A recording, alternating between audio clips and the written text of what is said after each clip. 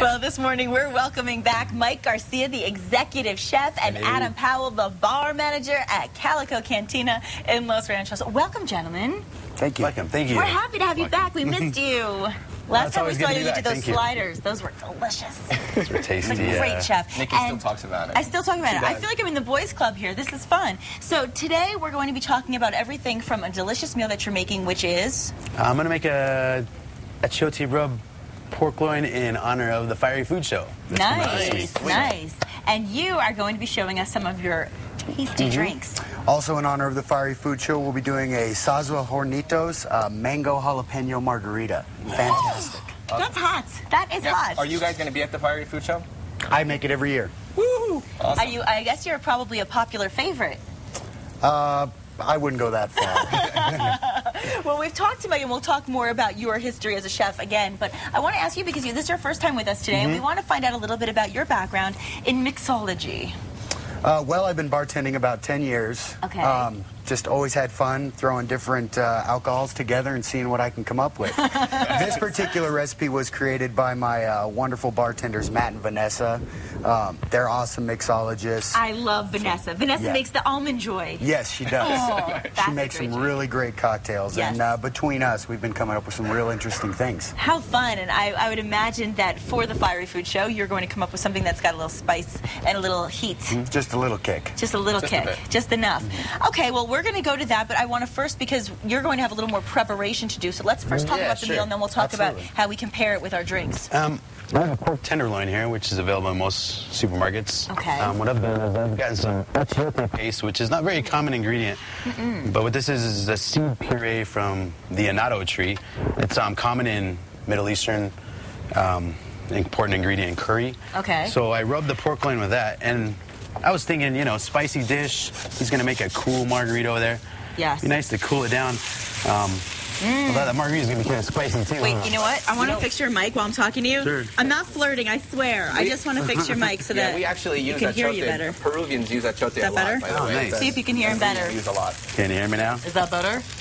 So I'm just going to let this sear for a while. Ooh. Get that brown on all sides.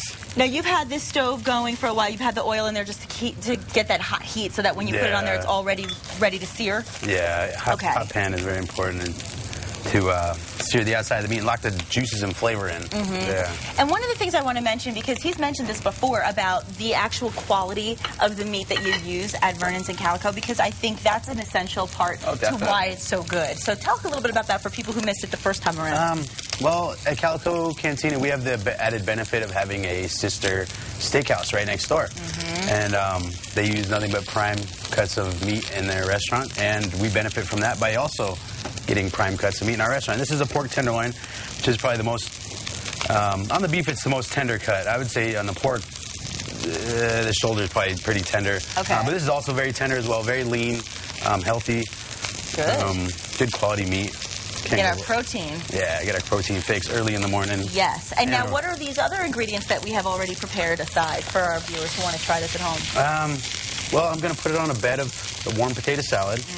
And then I'm going to top it with a apple and cranberry chutney. Ooh. I know the recipe online says many different things, but I just gathered what I could this morning and brought it over. Good. So, hope it tastes good. Yes, we'll cross our fingers because we're going to eat it. Yeah, we're going to be hoping. So while you're doing a little of your work over here in your magic, we want to ask you how to be getting started with a drink like this. Okay. Well, you're going to start with just your standard pint glass. Okay. We're going to take 1 jalapeno and we're going to drop it in. 2 if you like it spicy. I like to go with about 4. Do you really? Yeah.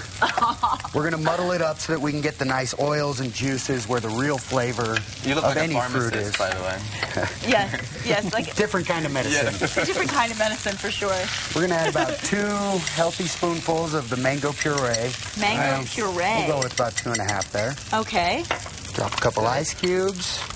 And this recipe is also online, correct? Yes. On Casa.com? Okay, great. We're going to go with about 2 ounces of our tequila. Woo! And just under an ounce, about 3/4 ounce triple sec. Wow, okay, perfect. Making my eyes tear already. We're going to do a little bit of sweet and sour, not too much. We don't want to kill the flavor. Just about 2 ounces. This is just sweet and sour? Oh, that's easy. And we're just going to give it a good shake. Should we start singing There's a place called Coco. Right? To Tom Cruise.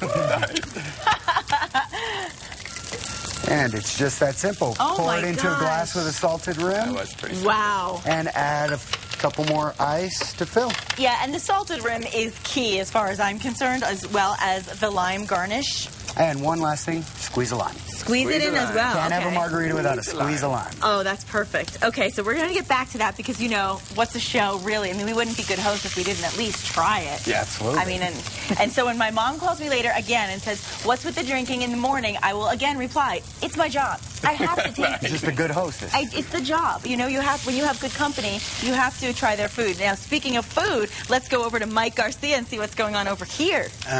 Now, the pork tenderloin, I just want to sear to about mid-rare, and it's got a nice little sear on there. You can see the chili paste getting coated nicely. Yes. Now, I'm going to go to the bed of the dish. And you're going to leave it at the pan as is for the flavor? Okay. I want to get all that pork flavor in the dish somehow. Flip it. Fancy. Fancy. Yeah. More oil to get that potatoes nice and brown. Now, this is EVOO, so Gotta love the EVOO. nothing unhealthy there. Not at all. I'm going to borrow a little bit of Adam's salt. Why not? It's here. Yes.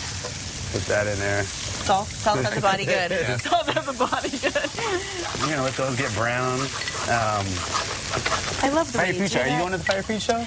I might be. I know Michael's going. Definitely going. Yeah. I'll be going there. Are you going to be there? I usually try to make it, yeah. It's, you know, I think it's a great opportunity to be able to take in the resources that New Mexico has to offer with the kind of food that you just can't get anywhere else. And that's what I love so much about this place. It's just the things that you can get in New Mexico, you can't get them anywhere else. It's amazing. So and it's all good. Have you cooked for the Fiery Food Show? Or I have not. anything? I have not done that. That'd be interesting to do. I wouldn't be opposed to it. You won't hurt anybody.